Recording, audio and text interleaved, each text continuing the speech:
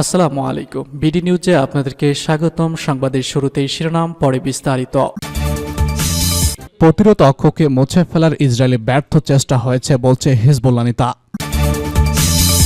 এদিকে ইসরায়েল গাজায় নিজেদের পণবন্দীদের টার্গেট করে হামলা চালাচ্ছে বলছে হামাস। জানিয়ে দেব, গাজায় একদিনে আরও 50 ফিলিস্তিনিকে হত্যা করল মানবতার শত্রু ইসরায়েল,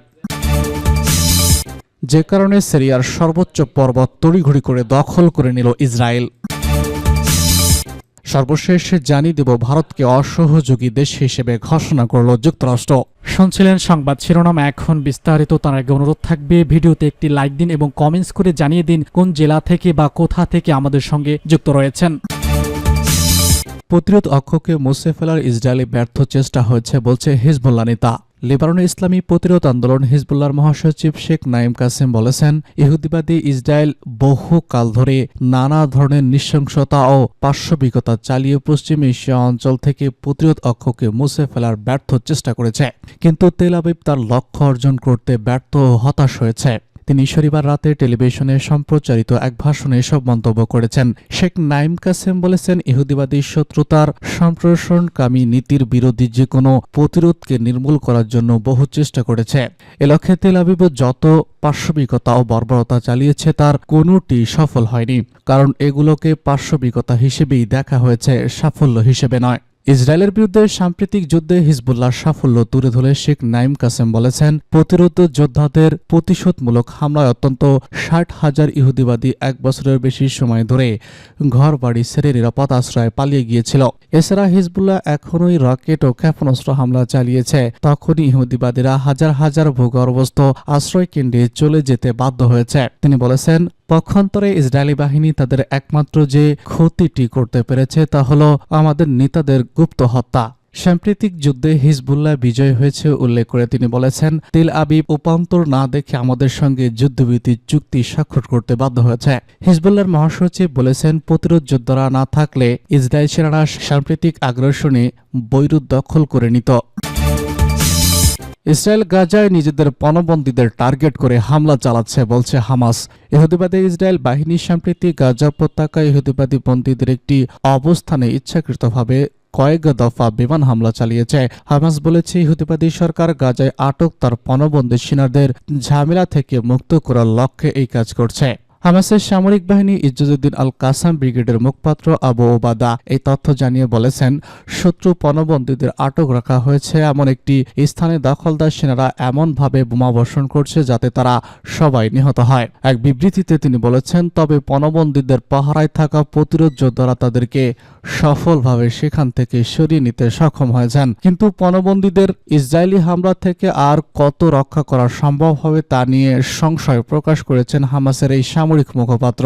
আল কাসাম ব্রিগেড টেলিগ্রাম প্রকাশিত এক পৃথক পোস্টে একটি ভিডিও ফুটেজ প্রকাশ করেছে, যাতে দেখা যাচ্ছে একজন আহত ইসরায়েলি পণবন্দী দখলদার সেনাদের হামলায় ধ্বংসপ্রাপ্ত একটি বাড়ির ধ্বংসাবশেষের ভিতর দিয়ে অনেক কষ্ট করে হেঁটে যাচ্ছেন। ওই ফুটেজের সঙ্গে দেখা বার্তায় হামাস বলেছে, ইসরায়েলি প্রধানমন্ত্রী বেনিয়ামিন নেতানিয়াহু এবং ইহুদিবাদী সেনারা হাজ্জি ভ্যালিরি গাজায় আটক পণবন্দীদের ছাড়িয়ে নেওয়ার ঝামেলা থেকে মুক্ত করার জন্য আপ্রাণ চেষ্টা করে যাচ্ছে।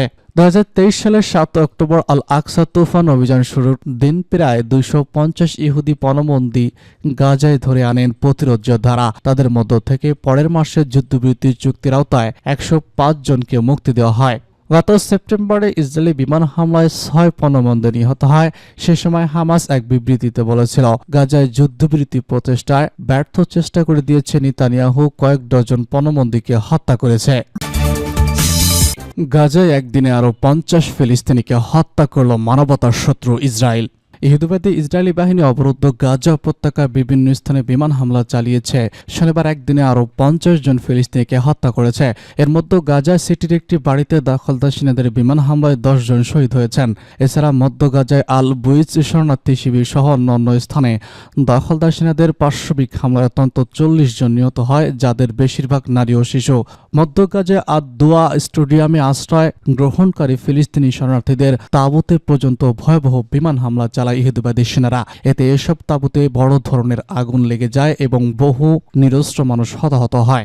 এদিকে গাজায় সিভিল ডিফেন্স জানিয়েছে গত বছরের অক্টোবর থেকে ইসরায়েলি সেনাদের হামলায় তাদের অন্তত 90 কর্মী শাহাদাত বরণ করেছে। গাজায় গত 14 মাসের ইহুদিবাদী আগ্রাসনে অন্তত 44,900 ফিলিস্তিনি শহীদ হয়েছেন। জাতিসংঘের শিশু বিষয়ক তহবিল ইউনিসেফের নির্বাহী পরিচালক অ্যাথলিন রাসেল বলেছেন, হতভাগ্য এসব মানুষের মধ্যে অন্তত 14,500 শিশু রয়েছে। তিনি গাজাবাসী শিশুদেরকে প্রতি মুহূর্তের এই মৃত্যুর বার্ষিকী থেকে রক্ষা করতে এগিয়ে আসার জন্য বিশ্ববাসীকে এগিয়ে আসার আহ্বান জানান। জাতিসংঘের এই কর্মকর্তা দুঃখ প্রকাশ করে বলেছেন, গাজার শিশুদের যখন পাশবিকভাবে হত্যা করা হচ্ছে তখন গোটা বিশ্ব মানবতার নীরবতা অবলম্বন করছে। যে কারণে সিরিয়ার সর্বোচ্চ পর্বত তড়িঘড়ি করে দখল করে নিল ইসরায়েল। গত 8 ডিসেম্বর সিরিয়া থেকে পালিয়ে যান দেশটির স্বৈরশাসক বাশার আল আসাদ। বিদ্রোহীদের আক্রমণের মুখে জীবন বাঁচাতে তিনি পালিয়ে রাজশাহী যান। বাশার আল আসাদ সরকারের পতনের পর বিদ্রোহীদের হাত থেকে সিরিয়ার সামরিক সম্পদকে দূরে রাখতে চেয়েছিল দখলদার ইসরায়েল। এর জন্য সিরিয়ার প্রায় 500 লক্ষ্যবস্তুতে আঘাত আনতে, নৌবাহিনীকে ধ্বংস করতে এবং সিরিয়ার বেশ কিছু এলাকা দখল করার জন্য বোমা ফেলতে সময় নষ্ট করেনি। তবে সিরিয়ার সর্বোচ্চ পর্বত মাউন্ট হারমেসের দখল ইসরায়েলের সবথেকে দীর্ঘস্থায়ী অর্জন বলে প্রতীয়মান হতে পারে। Jerusalem institute for stitch and security এর পরিচালক বলেছেন, লেবানন সিরিয়া ইসরায়েলের দিকে তাকালে এটি এই অঞ্চলের সর্বোচ্চ স্থান। এটি কৌশলগতভাবে অত্যন্ত গুরুত্বপূর্ণ, পাহাড়ের কোনো বিকল্প নেই। শুক্রবার ইসরায়েলের প্রতিরক্ষা মন্ত্রী ইসরায়েল কাতর সেনাবাহিনীকে শীতকালীন কঠোর পরিস্থিতির জন্য প্রস্তুত থাকার নির্দেশ দিয়েছেন। তিনি এক বিবৃতিতে বলেছেন, সিরিয়ার পরিস্থিতির কারণে নিরাপত্তার জন্য মাউন্ট হারমেনের চূড়ার উপর আমাদের নিয়ন্ত্রণ রাখা অত্যন্ত গুরুত্বপূর্ণ। মাউন্ট হারমেন সামিট ইসরায়েলের নিয়ন্ত্রণাধীন একটি বিশাল সম্পদ। 9,232 ফুট উঁচু চূড়াটি সিরিয়া ও ইসরায়েলের যে কোনো পর্বত থেকে উচ্চতর এবং লেবাননের শুধুমাত্র এটি চূড়ান্তের মধ্যে দ্বিতীয়। ফ্লাইটম ইনবার মানুষ মাঝে মাঝে বলে ক্ষেপণাস্ত্রের যুগে জমি গুরুত্বপূর্ণ নয়, এটি সেফ মিথ্যা। তিনি বলেছেন, এখান থেকে সিরিয়ার ভূখণ্ডের গভীরে ইলেকট্রিক নজরদারি ব্যবহার করা যাবে। আসন্ন আক্রমণের ক্ষেত্রে ইসরায়েল আগাম সতর্কবার্তা পাবে। ভারতকে অসহযোগী দেশ হিসেবে ঘোষণা করল যুক্তরাষ্ট্র। যুক্তরাষ্ট্র এবার ভারতকে অসহযোগী দেশের তালিকা অন্তর্ভুক্ত করেছে, যেখানে ইতিমধ্যে Bhutan, Cuba, Iran, Pakistan, Russia ও ভেনেজুয়েলা রয়েছে। যুক্তরাষ্ট্রের অভিবাসন ও শুল্ক প্রয়োগ সংস্থা ভারতের বিরুদ্ধে এই সিদ্ধান্ত নিয়েছে, যা মূলত অভিবাসন সম্পর্কিত সহযোগিতার অভাবে নেওয়া হয়েছে। শুক্রবার ভারতীয় গণমাধ্যম এনডিটিভির এক প্রতিবেদনে জানায়, যুক্তরাষ্ট্রের আইসিসি জানিয়েছে যে এসব দেশ প্রত্যাবর্তন প্রক্রিয়ার যথাযথ সহযোগিতা না করায় তাদের নাম এই তালিকায় অন্তর্ভুক্ত করা হয়েছে। মার্কিন কর্তৃপক্ষের মতে এই দেশগুলোর নাগরিকদের প্রত্যাবর্তনের জন্য সাক্ষাৎকার গ্রহণ, ভ্রমণ নথি ইস্যু এবং নির্ধারিত ফ্লাইটে ফেরত পাঠানোর প্রতিক্রিয়ায় সহযোগিতা প্রদানে ব্যর্থ হয়েছে।